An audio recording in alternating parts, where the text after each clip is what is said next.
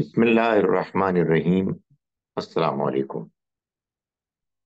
ہم آج قرآن مجید کے خلاصے کا چوتھا سیشن شروع کر رہے ہیں۔ ہم سورہ بقرہ کے تقریباً اختتام تک پہنچ چکے ہیں۔ ہمیں آج اپنا سبق سورہ بقرہ کی آیت نمبر 261 سے شروع کرنا ہے۔ آیت نمبر 261 سے لے کے آیت نمبر 274 تک اللہ تعالیٰ نے انفاق یعنی اللہ کے راستے میں خرچ کرنے کے فضائل، اس کی شرائط اور اس خرچ کرنے کے راستے میں جو رکاوٹیں ہوتی ہیں اور جو اس عمل کو برباد کرنے کے خدشات ہوتے ہیں، ان کو بڑے شاندار طریقے سے بیان کیا ہے۔ سورہ بقرہ کے مضامین کے بیان کے نظم کے لحاظ سے یہ وہی مضمون ہے کہ جو پہلے بھی بیان ہوا جہاد کے ضمن میں۔ جب جہاد ہوگا اللہ کے راستے میں تو پھر اس میں انفاق بھی شامل ہوگا، یعنی مال کو بھی خرچ کیا جائے گا۔ تو یہ اسی بیان کو اب معلوم ہوتا ہے کہ آگے بڑھا کر اس کے دوسرے گوشوں میں اپلائی کر کے اس کو اپنی انتہا کلائمیکس تک پہنچا دیا گیا ہے۔ سو فرمایا کہ مثل الذین ينفقون اموالهم فی سبیل اللہ، مثال ان لوگوں کی کہ جو خرچ کرتے ہیں اپنا مال اللہ کے راستے میں، کمثل حبۃ، ایک دانے کی سی مثال ہے، انبتت سبع سنابلا، جس میں سے 7 بالیاں پیدا، فی کل سنبلۃ مئۃ حبہ، اس کی ہر بالی میں 100 دانے۔ یعنی اللہ تعالیٰ کسی کے مخلصانہ عمل کو، اس کے راستے میں خرچ کرنے کے عمل کو اتنا زیادہ بڑھا دیتا ہے، اور کیوں نہ کرے۔ واللہ یضاعف لمن یشاء، اللہ بڑھاتا ہے جس کے لیے چاہتا ہے۔ واللہ واسع علیم، اللہ بڑی وسعت والا ہے۔ اس کے ہاں دینے میں، جب وہ دینے کو آئے گا کوئی کمی نہیں ہوگی۔ اس کے ہاں وسائل، ریسورسز کی کوئی کمی نہیں، اور وہ علیم ہے، جاننے والا ہے۔ اسے معلوم ہے کہ کس نے کیسا مال کن حالات میں کس کیفیت میں خرچ کیا، اس کے لحاظ سے وہ لوگوں کے فیصلے کرے گا، آخرت میں ان کے انعام کے بارے میں طے کرے گا۔ لیکن اس کے ساتھ یہ واضح کر دیا اگلی آیت نمبر 262 میں کہ یہ جو خرچ کرنے کا عمل ہے یہ دھیان سے کرنا چاہیے، یعنی ایسا نہیں ہونا چاہیے کہ آپ خرچ کریں اور اپنے خرچ کو ضائع کر دیں۔ یہ قرآن مجید نے وارن کیا ہے کہ آپ کا نیکی کا عمل اگرچہ کہ اللہ کے ہاں جب شرف قبولیت پاتا ہے تو اس کو اللہ تعالیٰ اپنی عنایت سے بڑھا چڑھا دیتے ہیں، لیکن بہرحال اس کو پہلے قابل قبول ہونا چاہیے۔ ایسا بھی ہوتا ہے کہ انسان بظاہر ایک نیکی کا عمل کرتا ہے، لیکن اپنی بد احتیاطی کی وجہ سے وہ عمل ضائع ہو جاتا۔ فرمایا کہ الذین ینفقون اموالہم، آیت نمبر 262 میں، وہ لوگ کہ جو خرچ کرتے ہیں اپنا مال فی سبیل اللہ، اللہ کے راستے میں، ثم لا یتبعون ما انفقوا منا ولا اذى، پھر اس انفاق کے پیچھے نہ احسان جتاتے ہیں اور نہ دل آزاری کرتے ہیں۔ لہم اجرہم عند ربہم، ان کے لیے اجر ہوگا ان کے رب۔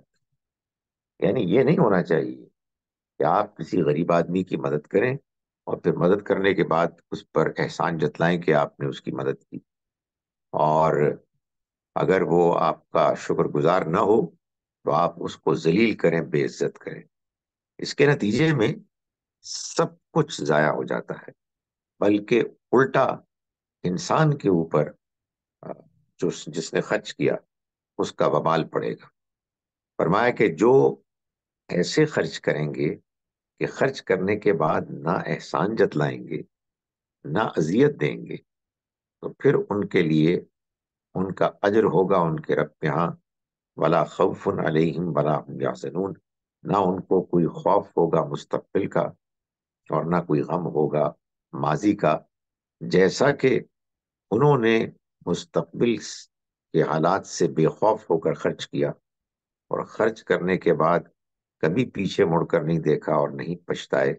ایسے ہی اللہ تعالیٰ ان کو اس جنت میں داخل کرے گا جس جنت کا حال یہ ہے کہ اس میں رہنے والے نہ مستقبل کے بارے میں کوئی اندیشہ رکھیں گے نہ ماضی کے بارے میں ان کو کوئی غم ہوگا۔ یہی جنت کی اللہ تعالیٰ کے ہاں ڈسکرپشن ہے جو وہ قرآن مجید میں بار بار بیان کرتا ہے۔ یہی دو مسائل ہیں جن سے انسان اس دنیا میں دو چار ہے، کہ وہ کبھی مستقبل کے بارے میں اندیشہ ناک ہوتا ہے اور کبھی ماضی کے بارے میں غمگین ہوتا ہے۔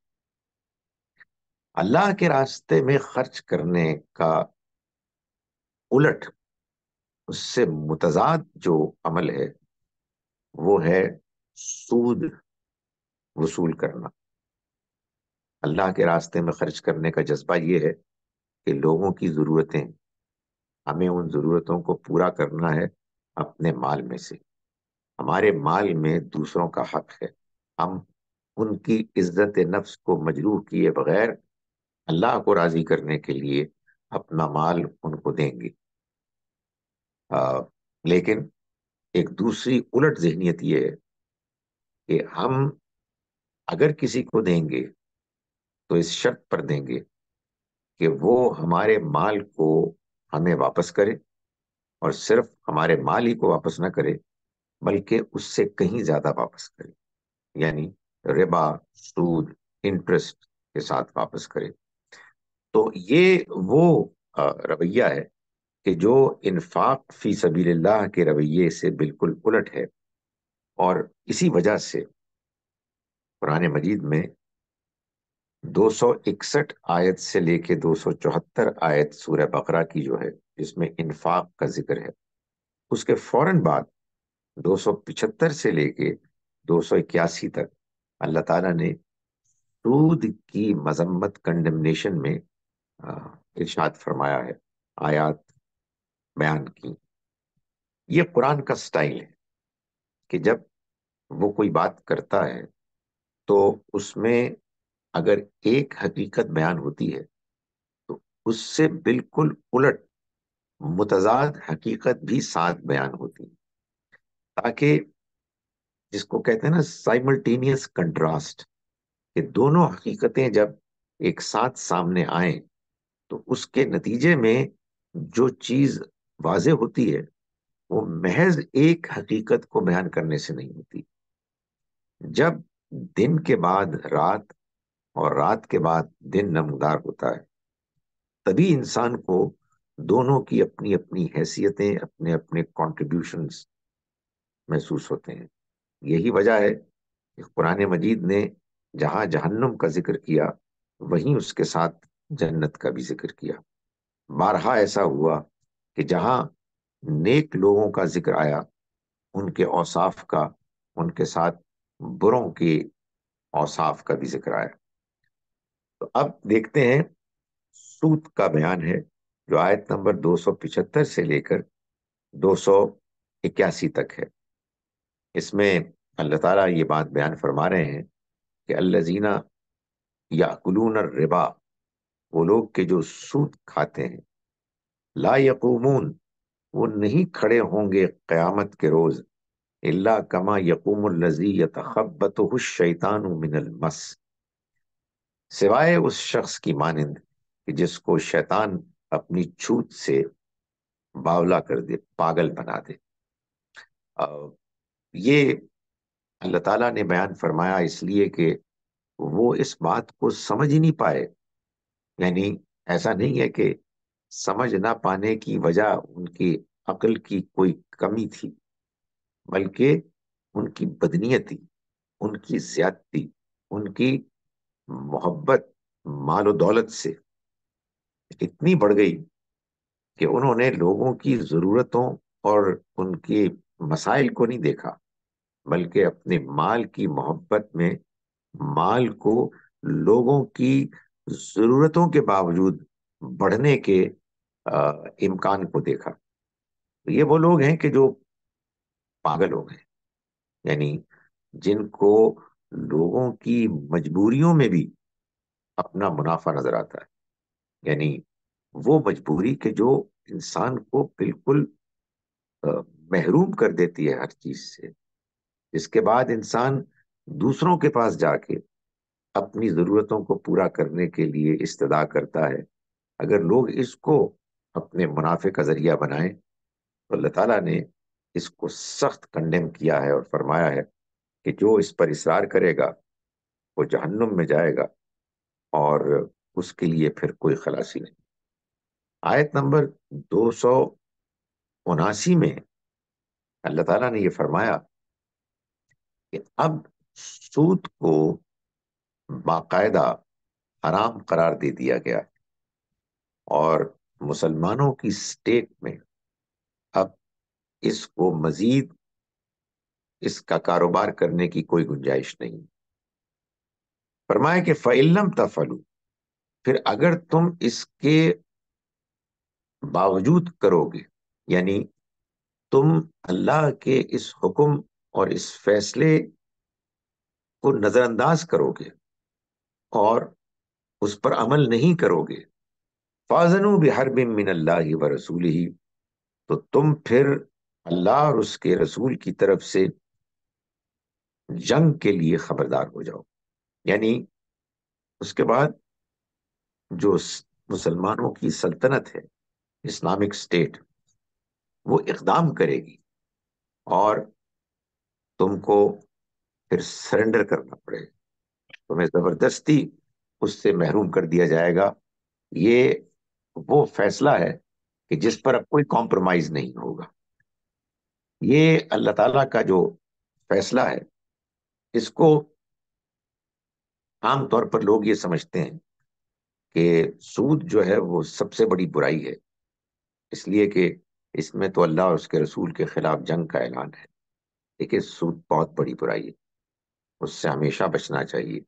لیکن اس آیت کا مطلب سادہ سا یہ ہے کہ اب تمہیں سرکار کی طرف سے کوئی پیٹرنیج نہیں ملے گی، بلکہ سرکار، مسلمانوں کی سلطنت تمہارے خلاف اقدام کر کے، جنگ کر کے، اللہ اور اس کے رسول کے خلاف جنگ کے لیے تیار ہو جاؤ، یعنی جنگ کر کے تم کو زبردستی سے روک دیا جائے گا۔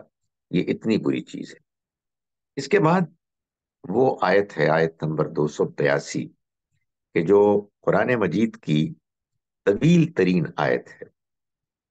اس آیت مبارکہ میں اللہ تعالیٰ نے یہ بات بیان فرمائی ہے کہ جب تم قرض کا لین دین کرو، قرض کا لین دین تو ہوگا، تو پھر تمہیں اس کو لکھ لینا چاہیے۔ یعنی یہ نہیں ہو سکتا کہ تم آپس میں قرض کا معاملہ کرو اور ایک دوسرے پر اعتماد کرو۔ یہ ایک حقیقت ہے کہ اس طرح کے معاملات میں جب لوگ ایک دوسرے کے ساتھ دوستی، رشتہ داری، بھائی چارے کی وجہ سے اعتماد کرتے ہیں تو بعد میں جا کے پچھتاتے ہیں۔ انسان انسان ہے، انسان کمزور ہے، انسان کے اندر لالچ ہے۔ آگے چل کے جب معاملات پیچیدہ ہوتے ہیں، لوگوں کی ضرورتیں بڑھتی ہیں، بال بچے بڑے ہوتے ہیں، تو پھر اس کے بعد یہ ہوتا ہے کہ لوگ پھر اپنے کیے ہوئے وعدے بھول جاتے ہیں. تو یہ ضروری ہے کہ اس طرح کے معاملات میں اس کو انشور کیا جائے کہ باقاعدہ لکھا جائے. سو آئے مبارکہ کہتی ہے کہ اگر کوئی قرض ہو، چاہے چھوٹا ہو چاہے بڑا ہو، فَاكْتُبُوهُ، تم اس کو لکھ لو. اس سے اگلی آیت میں اللہ تعالیٰ نے یہ بات بیان فرمائی کہ اگر کہیں لکھنے کا موقع نہ ہو، صورتحال یہ ہو کہ سفر کی حالت ہے اور اس میں کسی کو قرض کی ضرورت پیش آ گئی ہے اور اب کوئی لکھنے کا امکان نہیں، تو فرمایا کہ پھر ریحانم مقبوضہ، پھر رہن دے دو، سیکیورٹی کے طور پر کوئی ایسی ویلیویبل چیز دے دو کہ جو قرض دینے والے کے قبضے میں آ جائے، تاکہ اس کو اعتماد ہو کہ اس کا قرض واپس ہو جائے گا. اور جب واپس پہنچ جاؤ اپنی بستی، اپنے شہر میں، اور ایک اطمینان کی صورتحال پیدا ہو جائے کہ اب تو قرض واپس ہوگا ہی، تو پھر اس امانت کو واپس کر دو.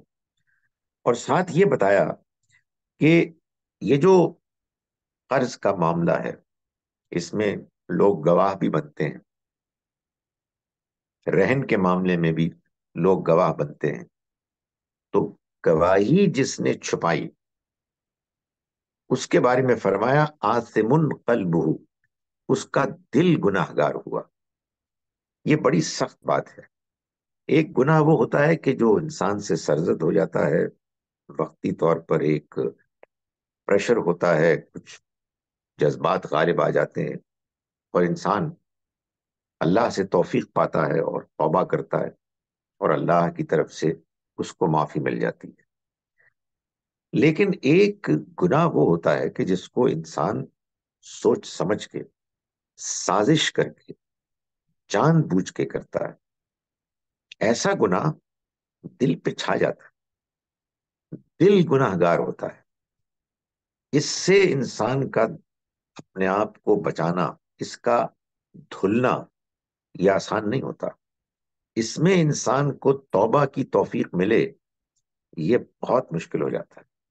ناممکن نہیں ہے، لیکن بہرحال بڑا فرق ہے کہ ایک آدمی نے وقتی طور پر کسی تاثر کی وجہ سے، ماحول کی وجہ سے کوئی غلطی کی، جیسے ہی وہ ماحول اور اس پریشر سے باہر نکلا، اس کو احساس ہو گیا کہ اس سے غلطی ہوئی، اس نے اللہ سے معافی مانگ لی. لیکن جو انسان سوچ سمجھ کر کام کرتا ہے برائی کا، وہ پھر توفیق نہیں پاتا، اس کا دل گناہ گار ہو جاتا ہے. اس کے بعد اللہ تعالیٰ نے آخر میں ایک دعا پر اس سورہ مبارکہ کا اختتام کیا.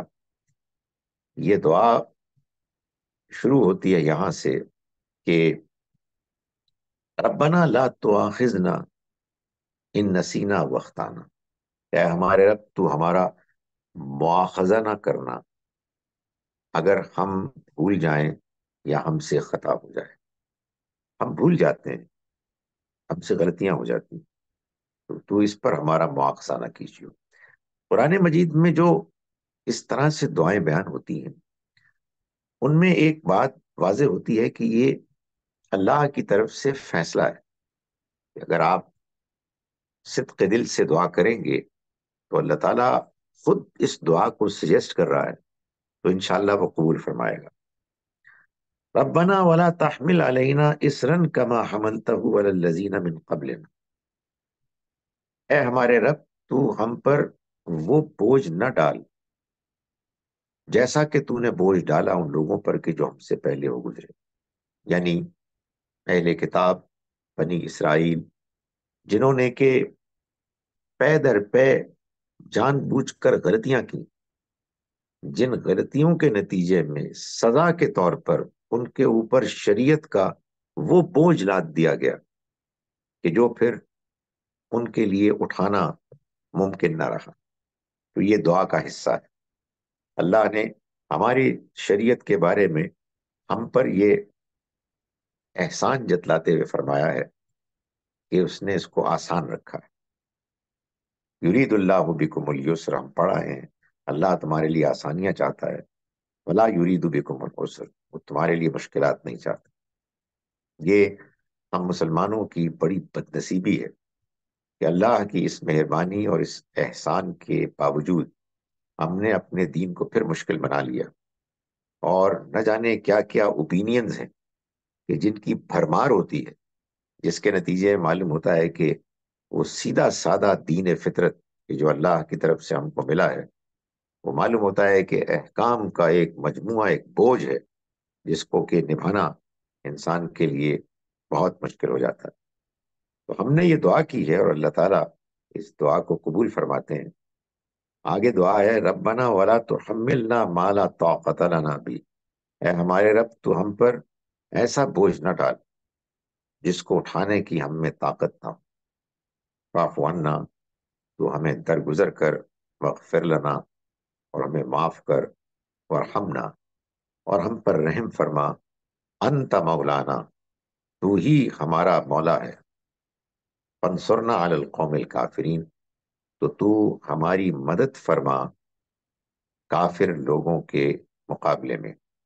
چونکہ یہ سورہ اور پورا قرآن مجید نازل ہی اس وقت ہو رہا تھا کہ جبکہ اللہ کے پیغمبر صلی اللہ علیہ وسلم اور آپ کے ساتھی ان کفار کے مقابلے میں کوشش کر رہے تھے، جد و جہد کر رہے تھے کہ جو اللہ کے پیغمبر کی طرف سے ملنے والے پیغام کو جان بوجھ کر ٹھکرا رہے تھے، اور پھر اس کے بعد ایک کشمکش شروع ہو گئی تھی، اور اللہ نے یہ طے کر لیا تھا، جیسا کہ میں اپنی تعارفی گفتگو میں بتا چکا ہوں، کہ پورے کا پورا قرآن مجید پیغمبر کی سرگزشت انذار ہے۔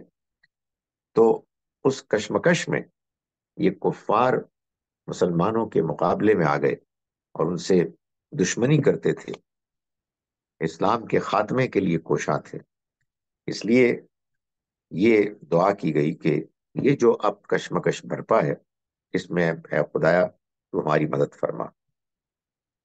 آج بھی ہم یہ دعا کریں گے، لیکن ہم سوائے ان لوگوں کے کہ جو ہمارے خلاف زیادتی کریں گے، ہم کسی کو اپنا دشمن نہیں بنائیں گے، نہ ہم غیر مسلموں کو خواہ کافر قرار دیں گے۔ یہ ایک نقطہ اگر ہم کو سمجھ میں آ جائے کہ قرآن مجید کا بیان اصل میں ایک سرگزشت ہے پیغمبر کی، جن کے زمانے میں جب اللہ کا پیغام واضح طریقے سے پیش کر دیا گیا، اس کے بعد وہ لوگ کہ جو نہ ماننے پر اصرار کرنے لگے، وہ کافر مجرم قرار پائے۔ آج کے دور میں نہ اللہ کے پیغمبر موجود ہیں، اور نہ ہم مسلمانوں نے پیغام کو ایسے پیش کر دیا ہے کہ جس کے بعد حجت تمام ہو گئی۔ حقیقت یہ ہے کہ بہت سے لوگ دنیا کے بالکل ہی ناواقف ہیں، اور جو واقف بھی ہیں ان کی واقفیت بھی بہت کچھ ہماری جانب سے اور پروپیگنڈے کے نتیجے میں نیگیٹو تعارف ہے۔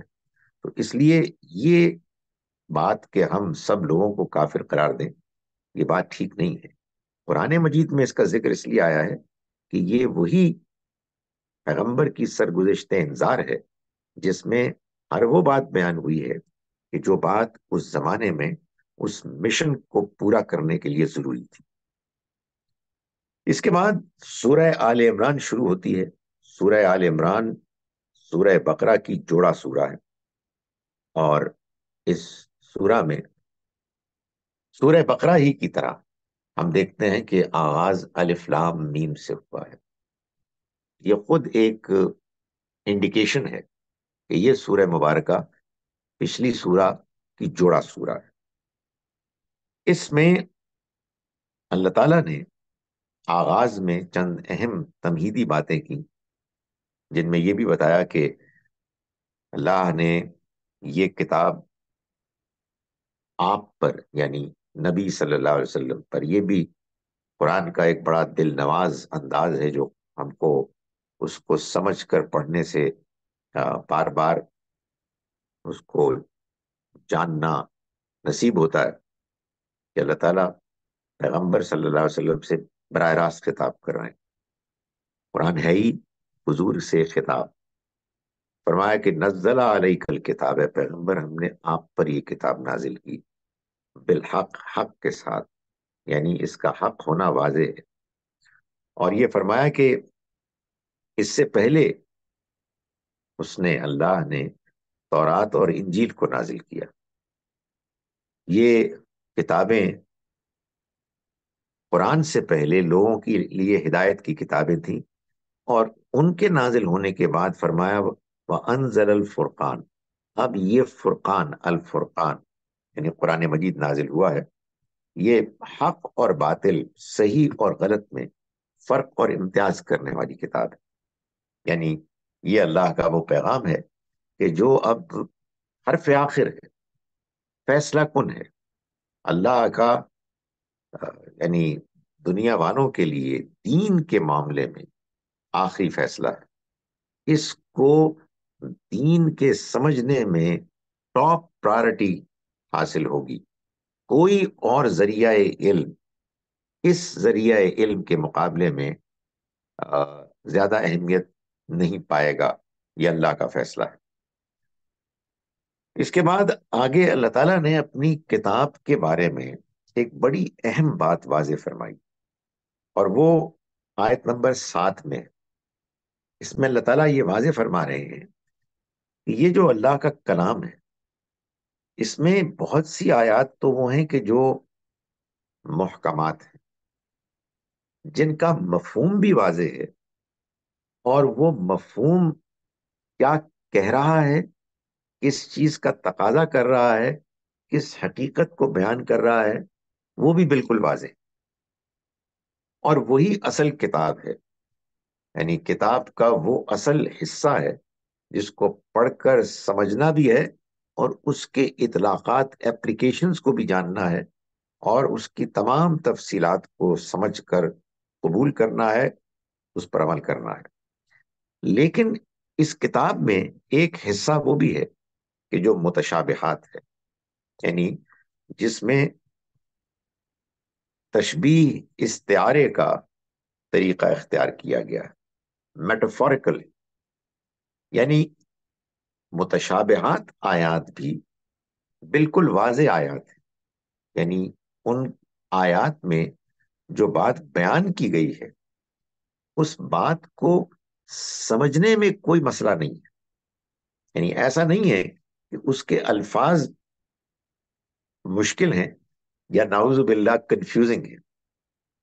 اصل جو مسئلہ ہے وہ یہ ہے کہ اس میں جو کچھ بیان ہوا ہے، اس کی حقیقت کیا ہے، اس کی اپلیکیشن کیا ہے، وہ ہم حقیقت نہیں جان سکتے.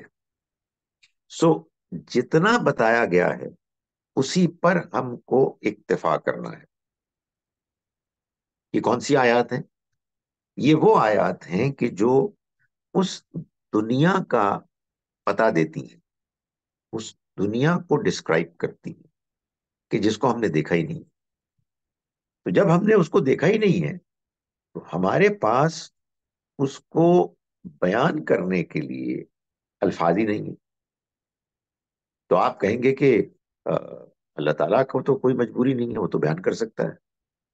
اللہ تعالیٰ نے جو کچھ بیان کیا ہے وہ انسان کی زبان، عربی زبان میں بیان کیا ہے. اگر زبان میں ان حقیقتوں کے لیے الفاظ ہی نہ ہوں تو اللہ تعالیٰ اپنی طرف سے کچھ الفاظ بیان کر دے، اس سے فائدہ کیا ہوگا؟ کسی کو کچھ سمجھ میں نہیں آئے گا. تو اللہ تعالیٰ نے جو طریقہ اختیار کیا وہ یہ کیا، جو ایسے معاملات میں ہمیشہ زبان میں، ادب میں اختیار کیا جاتا ہے، کہ ان حقیقتوں سے کہ جن کو بیان کیا جا رہا، ملتی جلتی جو حقیقتیں دنیا میں، ان کا سہارا لے کے ان کو بیان کر کے بتایا ہے کہ معاملہ کچھ یوں ہے.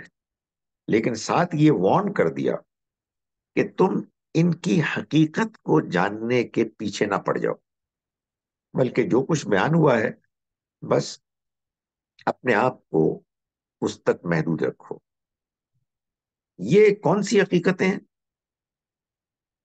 اللہ کا عرش، اللہ کا آدم کے اندر اپنی روح پھونکنا، جنت، جنت کی تفصیلات، جہنم، جہنم کی تفصیلات، فرشتے، ان کے پر، وغیرہ وغیرہ. یہ وہ موضوعات ہیں، مضامین ہیں، جن کا بیان کرنا ضروری تھا، کیونکہ اللہ تعالیٰ ایک اندازہ دینا چاہتا تھا لوگوں کو کہ وہ دنیا کے جو ابھی اندیکھی ہے اس کا ایک خاکہ، ایک آئیڈیا آ جائے، لیکن اس سے زیادہ انسان اس کی ٹوہ میں لگے اور یہ طے کرنے کی کوشش کرے کہ جنت کی نہریں، دودھ کی، شہد کی، ان کی حقیقت کیا ہے. یا جیسے بعض لوگوں کا ایک فیورٹ موضوع ہے کہ یہ حوریں کیا ہیں اور ان کی تفصیلات کیا ہیں، اس سے روک دیا گیا اور یہ فرمایا گیا ہے کہ جن کے دلوں میں ٹیڑھ ہے، جو فتنہ برپا کرنا چاہتے ہیں، وہ ان کی حقیقت کو جاننے کی کوشش کرتے ہیں، حالانکہ ان کی حقیقت کو کوئی نہیں جان سکتا. وما یعلم تاویلہ الا اللہ. ان کی حقیقت، تعویل کو اللہ کے علاوہ کوئی نہیں جان سکتا. وہ لوگ کہ جو علم میں مضبوط ہیں، وہ بس یہ کہتے ہیں کہ یہ سب کچھ اللہ کی طرف سے ہے، جو کچھ بیان ہوا ہم نے اس کو سمجھ کے مانا، لیکن ہم جانتے ہیں کہ اس دنیا میں ہماری یہ لمیٹیشن ہے کہ ہم اس سے زیادہ جان نہیں سکتے. اگلی آیت میں اسی حوالے سے پھر یہ دعا نقل کی گئی ہے، ربنا ان ربنا لا تزغ قلوبنا بعد اذ ہدیتنا. اے ہمارے رب، تو ہمارے دلوں کو ٹیڑھا نہ ہونے دے اس کے بعد کہ تو نے ہمیں ہدایت دی. وَهَبْ لَنَا مِن لَّدُنكَ رحمہ، اور تو عنایت فرما ہمیں خاص اپنے پاس سے رحمت. انک انت الوہاب، یقیناً تو بہت دینے والا ہے، بخشنے والا ہے. اس کے بعد ہم دیکھتے ہیں کہ آیت نمبر 26 میں، 26 اور 27 میں اللہ تعالیٰ نے اسی مضمون کو، کہ جو مضمون ہم نے سورہ بقرہ میں دیکھا، ایک دوسرے انداز میں بیان کیا گیا. سورہ بقرہ کی آیت نمبر 143 میں، اگر یاد ہو آپ کو، بالکل درمیان میں 286 آیات ہیں، اور ان میں 143 میں یہ بات بیان ہوئی کہ اب اللہ کی طرف سے جو شرف تھا بنی اسرائیل کے پاس، اس کے نمائندہ قوم، امت ہونے کا، وہ ان سے لے کر منتقل کر دیا گیا ہے، ٹرانسفر کر دیا گیا ہے بنی اسماعیل کو. یہاں اس کو ایک دعا میں بیان کیا گیا کہ اب جب کہ بنی اسرائیل سے بنی اسماعیل تک یہ شرف، یہ سٹیٹس منتقل ہو گیا ہے، تو پھر تم دعا کرو. اللہم، اے اللہ، مالک الملک، بادشاہت کے مالک، تو تل من کا منتشا، تو جس کو چاہتا ہے بادشاہت دیتا ہے، اور تنزع الملک من منتشا، اور جس سے چاہتا ہے بادشاہت چھین لیتا. وتعز من تشاء وتذل من تشاء، اور تو عزت دیتا ہے جس کو چاہتا ہے اور تو ذلیل کرتا ہے جس کو چاہتا ہے. بیدک الخیر، تیرے ہی ہاتھ میں سارا خیر، ساری بھلائی ہے. انک علی کل شیء قدیر، یقیناً تو ہر چیز پر قدرت رکھنے والا ہے. اس بات کو واضح کرنے اور اس کی دلیل دینے اور سمجھانے کی غرض سے فرمایا، تولج اللیل فی النہار، تو رات کو دن میں داخل کرتا ہے، وتولج النہار فی اللیل، اور تو دن کو رات میں داخل کرتا ہے، وتخرج الحی من المیت، اور تو زندہ کو مردہ سے، وتخرج المیت من الحی، اور مردہ کو زندہ سے ظاہر کرتا ہے. وترزق من تشاء، اور تو رزق دیتا ہے جس کو چاہتا ہے بغیر حساب، بغیر حساب کتاب کے۔ سو یہاں سے وہ بات بیان ہونی شروع ہوئی کہ اب یہ فیصلہ ہو گیا ہے کہ نبوت، ہدایت، کتاب، انسانوں کی رہنمائی اب یہ بنی ان اسماعیل کو منتقل ہو گئی، جن میں اللہ کے آخری پیغمبر محمد صلی اللہ علیہ وسلم مبعوث ہوئے۔ اس کے بعد وہ پہلا مضمون شروع ہوا جو میں نے گزارش کی سورہ بقرہ میں بھی ایسے ہی ہوا تھا کہ کچھ آیات کی تمہید کے بعد پہلے بنی اسرائیل کو خطاب کیا اور پھر دوسرے حصے میں بنی اسماعیل کو خطاب کیا۔ یہ انداز اس سورہ مبارکہ میں بھی اختیار کیا گیا، اور یہ ان دونوں کے جوڑا ہونے کا ایک نمایاں پہلو ہے۔ دونوں میں پریزنٹیشن میں، اپنے انداز سٹائل میں کوئی فرق نہیں، تفصیلات میں فرق ہے۔ مثال کے طور پر ایک تفصیل کا فرق یہ ہے کہ سورہ بقرہ میں اہل کتاب کو خطاب میں جس اہل کتاب کے گروہ کو خاص طور پر نمایاں کر کے خطاب کیا گیا تھا وہ یہودی تھے، اور اس سورہ مبارکہ میں اہل کتاب کے جس گروہ کو خاص طور پر نمایاں کر کے خطاب کیا گیا وہ نصرانی، مسیحی یعنی عیسائی۔ تو یہ ایک فرق ہے۔ چنانچہ یہی وجہ ہے کہ جب اس خطاب کا آغاز کیا آیت نمبر 33 سے، تو اللہ تعالیٰ نے خاص طور پر یہاں سے بیان شروع کیا مریم علیہ السلام اور پھر اس کے بعد عیسیٰ علیہ السلام کی معجزانہ پیدائش کا، لیکن بات یہاں سے شروع کی آیت نمبر 33 میں، ان اللہ اصطفیٰ آدم و نوحا و آل ابراہیم و آل عمران علی العالمین۔ اللہ نے چن لیا آدم کو اور نوح کو، یعنی لوگوں کی، انسانوں کی رہنمائی کے لیے اللہ کے ہاں جو اسکیم تھی اس میں پہلے آدم علیہ السلام پہلے انسان تھے، اللہ کے پیغمبر تھے، درمیان میں اور پیغمبر آئے، اور پھر نوح علیہ السلام آئے جو ایک بہت نمایاں اللہ کے پیغمبر تھے۔ نوح علیہ السلام کے بعد بھی پیغمبر آئے ابراہیم علیہ السلام تک۔ ابراہیم علیہ السلام کے بارے میں آیہ مبارکہ کہتی ہے کہ ابراہیم ہی کو نہیں چنا بلکہ اعلیٰ ابراہیم، ابراہیم کی اولاد کو چن لیا۔ یعنی معلوم یہ ہوا کہ ابراہیم علیہ السلام کے بعد اللہ کی اسکیم بدل گئی، یعنی تفصیل میں بدل گئی۔ لوگوں کی رہنمائی تو بہرحال پیش نظر تھی، لیکن دنیا کے حالات کچھ ایسے ہو گئے کہ اب اللہ نے ایک خاندان کو چنا، بنی ابراہیم کو، بنو ابراہیم، آل ابراہیم کو، اور ان کے ذریعے سے دنیا والوں کو اپنے پیغام کے پہنچانے کا اہتمام کیا۔ چنانچہ ان میں پہلے بنی اسرائیل کی باری آئی، اور جیسا کہ میں نے گزارش کی اس کے بعد بنی اسماعیل کی باری آئی، اور یہ اب قیامت تک کے لیے بندوبست ہے۔ یہ ذمہ داری ہے کہ پہلے اس امت کی اور اب اس امت کی کہ یہ اللہ کے پیغام کو دنیا والوں کے سامنے بحیثیت امت پیش کریں۔ اعلیٰ ابراہیم کے بعد اعلیٰ عمران کا ذکر آیا۔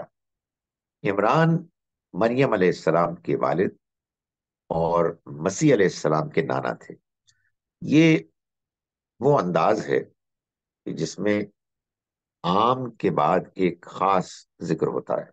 ظاہر ہے کہ جو مریم علیہ السلام کے والد تھے وہ بھی بنی اسرائیل ہی میں سے تھے، اور چنا اللہ تعالیٰ نے آل ابراہیم کو تھا، لیکن ابھی چونکہ ذکر ہونا تھا مریم علیہ السلام کا اور مسیح علیہ السلام کا، اس لیے خاص طور پر اس خاندان کا ذکر کیا.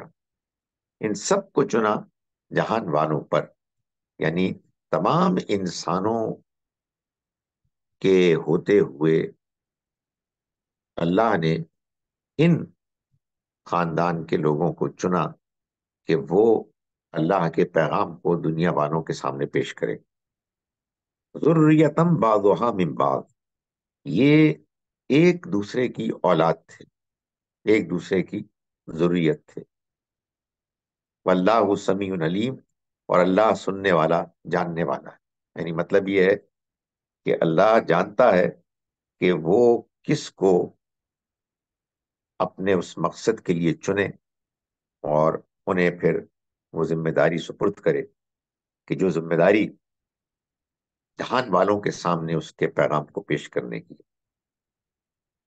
یہ اللہ تعالیٰ کا عالمگیر پلان ہے اپنے پیغام کو پہنچانے کا.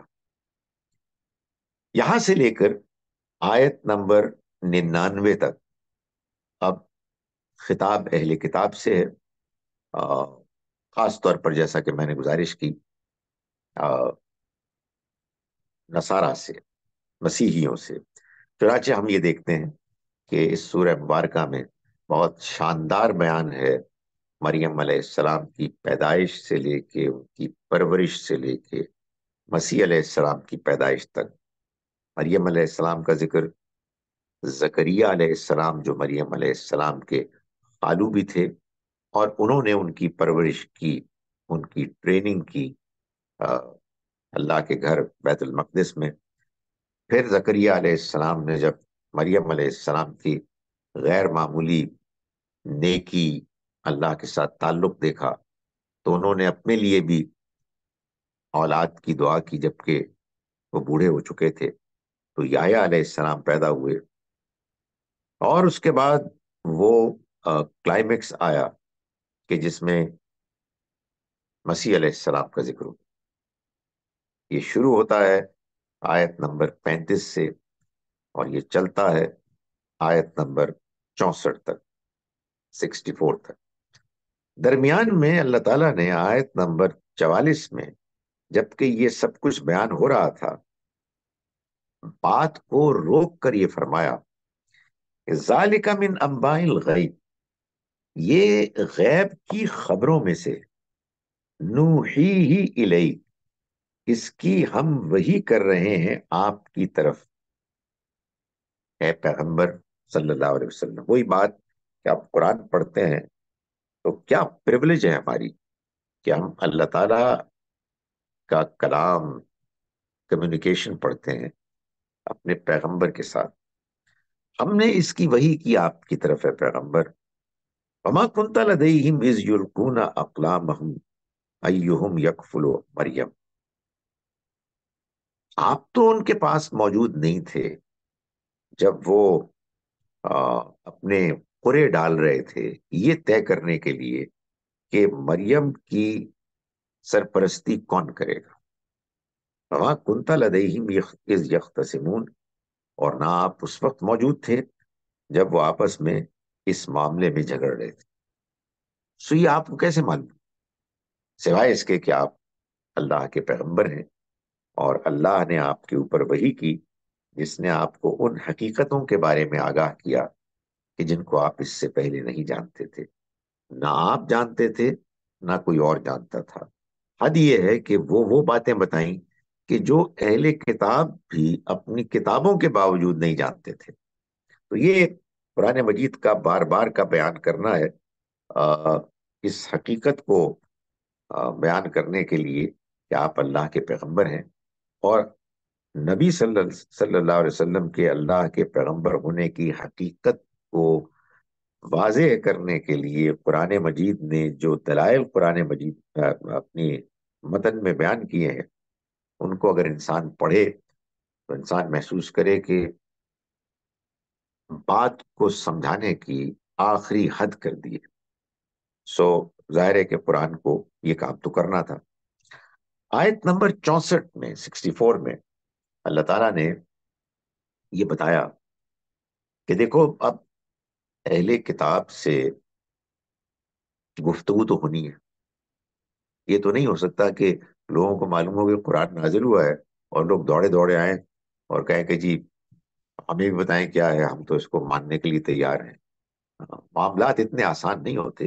لوگوں کے اندر اپنے آ، موروثی دین مذہب کے ساتھ جذباتی تعلق ہوتا ہے، اس میں بڑی زبردست پرسنالٹیز ہوتی ہیں، اس میں خوبیاں ہوتی ہیں۔ آدمی ایک کلچر کا حصہ ہوتا ہے، آپ برین واشڈ ہوتے ہیں، تو آپ کو لوگوں کو سمجھانا ہوتا ہے۔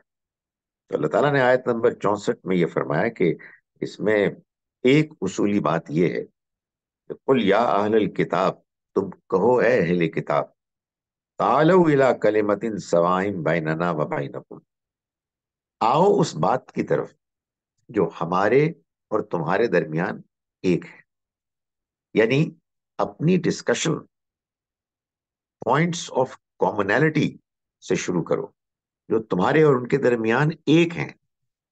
یہ کیا بات ہوئی کہ آپ دوسروں کے خلاف تقریریں کریں، ان کو برا بھلا کہیں، لان تان کریں، اپنی بات کی سپیریورٹی کے لیے تقریریں کریں، ان کے کمتر ہونے کی آپ کھلے عام بیان کریں؟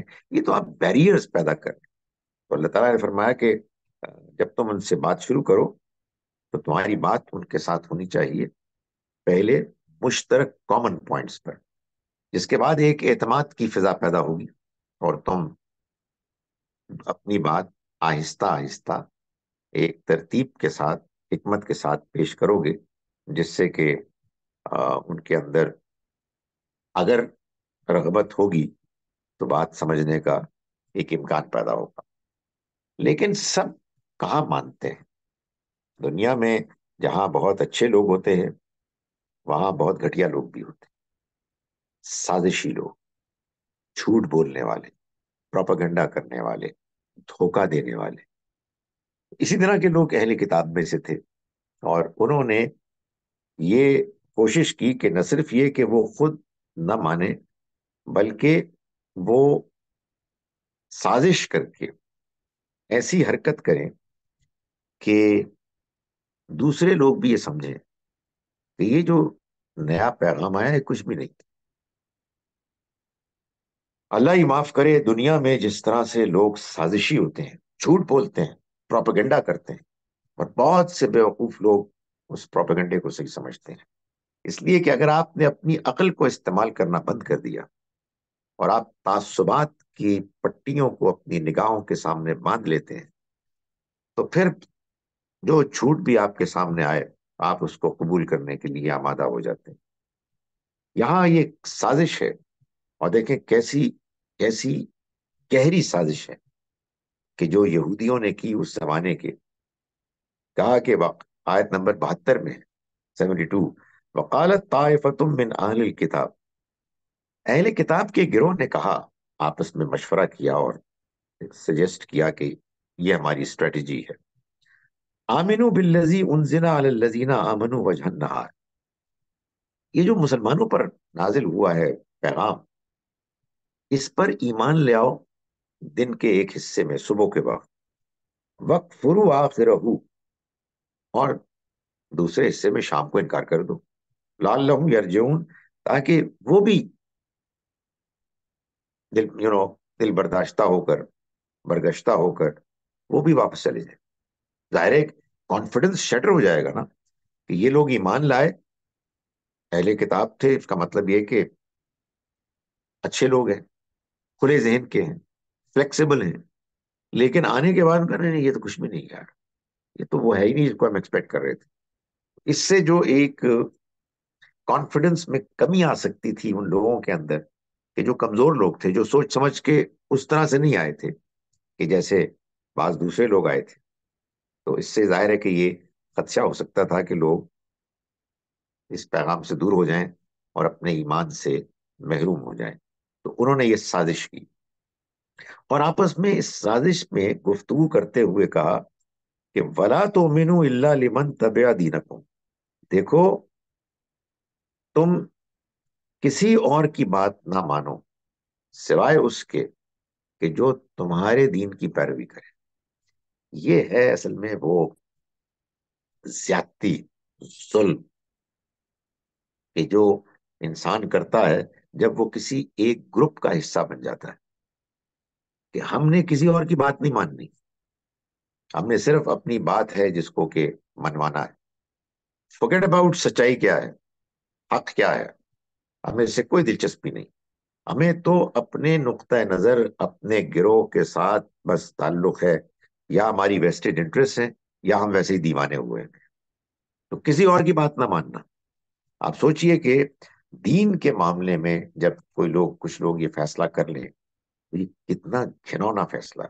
اور مذہبی لوگ انفارچونیٹلی ایسا کرتے ہیں، کسی فرقے کا حصہ بن جائیں اور بس وہ یہ کہیں جو ہم نے سنا ہوا ہے ہمیں بس اس سے دلچسپی ہے، کسی اور سے دلچسپی نہیں. تو اللہ تعالیٰ نے ان کی یہ بات نقل کی کہ مت تم مانو کسی کی بات سوائے اس کے کہ جو تمہارے دین کی پیروی کر رہا ہو.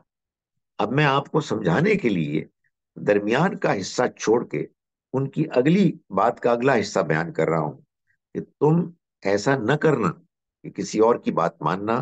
این یؤتا احدم مثل ما اوتی تم، کہ کہیں ایسا نہ ہو کہ کسی اور کو بھی وہ مل جائے جو تمہیں ملا. یعنی اللہ کا دین اور اس کے دین کی نمائندگی کا شرف، کہیں ایسا نہ ہو کہ اوروں کو بھی مل جائے. او یحاجوکم عند ربکم، یا کہیں ایسا نہ ہو کہ تم ان کی بات مان لو، ان کو بتا دو، اور وہ پھر اللہ کے ہاں اس بات کو ثبوت کے طور پر پیش کریں، تم سے بحث کرنے کے لیے، تمہارے خلاف گواہی دینے کے لیے، کہ ان کو معلوم تھا کہ یہ پیغام آنے والا ہے. لیکن ان باتوں کے درمیان کہ تم کسی اور کی بات نہ مانو سوائے اس کے کہ جو تمہارے دین کی پیروی کرے، اور اگلی بات کہ کہیں یہ نہ ہو کہ یہ تمہارے رب کے ہاں تم سے اس پر بحث کریں، درمیان میں اللہ تعالیٰ نے ایک بات کو ڈالا. فرمایا قل ان الہدی ہدی اللہ، ان سے کہو کہ ہدایت تو صرف اللہ کی ہدایت ہے. یہ بات اس لیے اس طرح سے بیان کی تاکہ لوگوں کو بتایا جائے کہ کتنی بد نصیبی ہے انسان کی کہ وہ ہدایت کی پیروی نہیں کرتا، بلکہ اپنے تعصبات کو لے کر اپنے گروہ کی بات کرتا ہے. اس کے بعد آگے چلیں تو آیت نمبر 92 میں، 92 میں اللہ تعالیٰ نے یہ بات بیان فرمائی کہ انسان دین میں آگے بڑھتا ہے، اللہ کو راضی کرتا ہے جب وہ ان چیزوں کو اختیار کرتا ہے کہ جس سے وہ اپنی کچھ پسندیدہ چیزوں کی قربانی دے. فرمایا کہ لن تنالوا البر حتى تنفقوا مما تحبون، تم ہرگز اللہ کے ساتھ وفاداری اور حقیقی نیکی تک نہیں پہنچ سکتے جب تک کہ تم اپنے مال میں سے وہ خرچ نہ کرو جو تمہیں خود پسند ہے. اس کے بعد مسلمانوں سے خطاب شروع ہوتا ہے. یہ میں نے گزارش کی کہ آیت نمبر 99 پر جا کے یہ بات ختم ہو جاتی ہے، اور اس کے بعد مسلمانوں سے خطاب شروع ہوتا ہے. اس میں ایک بات اللہ تعالیٰ نے یہ بیان فرمائی آیت نمبر 103 میں کہ مسلمانوں، تم واعتصموا بحبل اللہ جمیعا، اللہ کی اس رسی کو یعنی قرآن مجید کو مضبوطی کے ساتھ پکڑو، ولا تفرقو، اور تفرقے میں مت پڑو.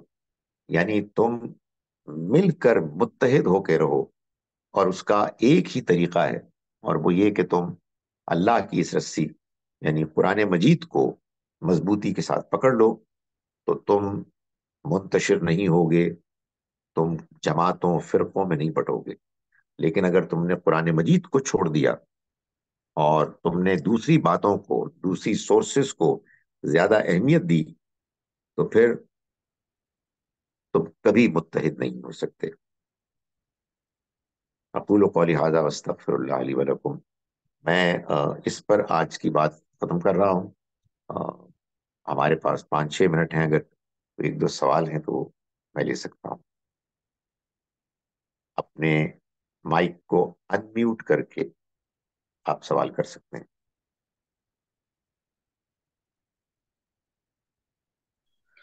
السلام علیکم سر. وعلیکم السلام. سر کائنڈلی یہ جو آپ نے بتایا تھا کہ سود خور جو ہے وہ اللہ کی طرف سے جنگ کے لیے تیار ہو جائیں، تو یہ تھوڑا سا ڈفرنٹ لگ رہا ہے. اللہ کی طرف سے یا اللہ سے جنگ کے لیے تیار ہو جائیں؟ یہ کہانی یعنی ایکسپلین کر دیجیے گا. اگر آپ کو اس ٹرانسلیشن سے کوئی کنفیوژن ہو رہی ہے، بات سمجھ لیں آپ. بات یہ ہے کہ جو سود کھا رہے تھے، لوگوں کو ایکسپلوئٹ کر رہے تھے، اللہ تعالیٰ نے یہ اعلان کر دیا کہ اب یہ ہماری سوسائٹی میں برداشت نہیں ہوگا. چنانچہ اس اعلان کے بعد اگر اب کوئی سود لینے پر اصرار کرے گا تو ہمارے سپاہی آئیں گے اور وہ اس کاروبار کو زبردستی ختم کر کے چلے جائیں. یعنی اب یہ اعلان جنگ ہے، اب یہ ٹالریٹ نہیں ہوگا، کسی صورت بھی اس کو برداشت نہیں کیا جائے گا. یہ ہے اللہ اور اس کے رسول کی طرف سے اعلان جنگ کا مطلب.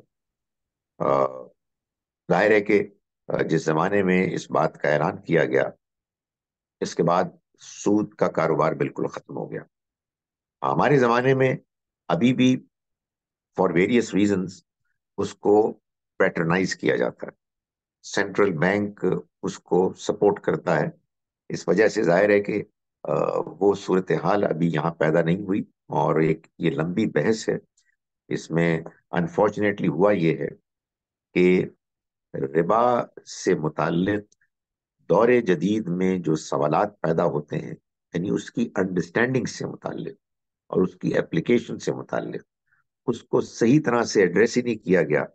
لوگوں نے تقریریں کی، لوگوں نے ڈرایا، قرآن مجید کی آیات پیش کی، لیکن یہ کوشش نہیں کی کہ ان آیات کی اپلیکیشن کے راستے میں جو کنسپچول اور پریکٹیکل رکاوٹیں ہیں ان کو آپس میں ڈسکشن کے ساتھ اوپن مائنڈڈ ان کو پہلے ریزالو کر کے بات کو سمجھا جائے اور پھر اس کی اپلیکیشن پر اصرار کیا جائے. ایسا نہیں ہو پایا.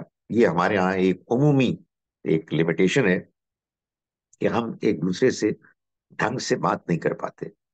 لان تان، برا بھلا کہنا، مختلف گروہ اپنے اپنے مفادات کے لیے یا فور دیٹ میٹر جو ان کا جو پریجڈس ہے اس کی وجہ سے کمیونیکیشن میں ایک بلاکیج آ جاتا ہے. جی. جزاک اللہ سر. کوئی اور سوال تو نہیں ہے؟ اسی پر ہم آج ختم کریں اپنے. سر اگر اجازت دیں تو ایک اور سوال. جی جی، پلیز پلیز پوچھیے. سر یہ کہا جاتا ہے کہ نبی صلی اللہ علیہ وسلم کو جو ہے وہ دنیا میں آنے سے پہلے عرب کے لوگ جو ہیں وہ حسرت سے بیٹھ جاتے تھے کعبے کی طرف منہ کر کے، اور کہتے تھے کہ ہمیں سمجھ نہیں آ رہا ہم کیسے عبادت کریں، اور کچھ کنفیوز تھے پرابلی. لیکن یہ بات سمجھ نہیں آتی سینس میں کہ یہ بات ہوتی ہے کہ وہ حج بھی کرتے تھے، عمرہ بھی کرتے تھے، ان کے نماز بھی رائج تھی. تو یہ دو چیزیں تھوڑی سی ان میں ڈیکوٹ میں نہیں ہے، اس کو پہلے ایکسپلین کرتا ہوں. میں اس کو پہلے بیان کر چکا شروع میں، فاتحہ کو بیان کیا تھا. دیکھیں یہ بات صحیح ہے کہ حج بھی تھا، نماز بھی تھی، لیکن وہ بدعتوں میں کچھ ایسی گھر گئی تھی کہ بات انکلیئر ہو گئی تھی. اللہ کے ایمان کے ساتھ لوگ شرک کرنا شروع کر دیا انہوں نے. حج میں، نماز میں بہت سی ایسی چیزیں آ گئیں کہ جو دین کو پھر جنہوں نے غیر واضح کر دیا. اور یوں وہ لوگ کہ جو صحیح دین کو جاننا چاہتے تھے وہ بے چین تھے کہ ان کو معلوم ہو اعتماد اطمینان کے ساتھ کہ اللہ کا صحیح دین کیا ہے. چنانچہ اسی وجہ سے سورہ فاتحہ حقیقت میں ایسے ہی لوگوں کی دل کی آواز ہے. اس کو مزید ہم ڈسکس کریں گے، لیکن آج اتنا ہی. السلام علیکم ورحمۃ اللہ وبرکاتہ.